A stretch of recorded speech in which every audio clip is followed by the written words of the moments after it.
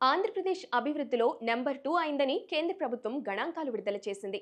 మొదటి స్థానంలో తమిళనాడు ఉంది. ఈ రిపోర్టులో దేశవ్యాప్తంగా మరోసారి ఏపీ రైజింగ్ అవుతుందని అందరూ చెప్పుకోవడం ప్రారంభించారు. కానీ వైసీపీ నేతలకు మాత్రం నచ్చడం లేదు.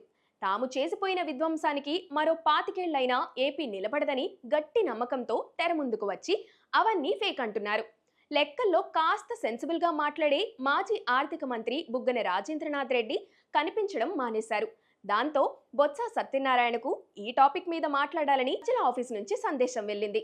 ఆయన తనదైన శైలిలో మాట్లాడారు. ఈ 10 నెలల్లో అప్పులు చేశారని, పనులేమీ చేయలేదని, ఆదాయం పెరగలేదని, ఎందుకు జీడీపీ పెరిగిందని ఆయన అంటున్నారు. ఆదాయం పెరగలేదని, అప్పులు చేశారని ఆయన ఏ లెక్కలతో చెప్పారో మాత్రం చెప్పలేదు. కేంద్ర ప్రభుత్వం వద్ద ప్రత్యేకంగా ఉండే గణాంకాల శాఖనే అన్ని లెక్కలు వేసి ఈ నంబర్ 2 ర్యాంకును ఏపీకి ఇచ్చుకున్నారు. బీజేపీ నేతలు కేంద్రం అలా ఫేక్ నంబర్లు ఇచ్చే పనైతే మొదటి స్థానం తమ రాష్ట్రానికే వేసుకుని ఉండకపోయేవారా, ప్రత్యేకంగా ఏపీకి ఇచ్చేవారా? బొత్సకు తెలియని సబ్జెక్టుల మీద మాట్లాడాలని సమాచారం పంపుతున్నారు, కానీ పూర్తి సమాచారం ఇవ్వడం లేదు. ఈ కారణంగా ఆయనకు ఏపీ అభివృద్ధి చెందడం ఇష్టం లేదని, కేంద్రం లెక్కలు కూడా నమ్మేది లేదంటున్నారన్న విమర్శలు ఎదుర్కోవాల్సి వస్తుంది.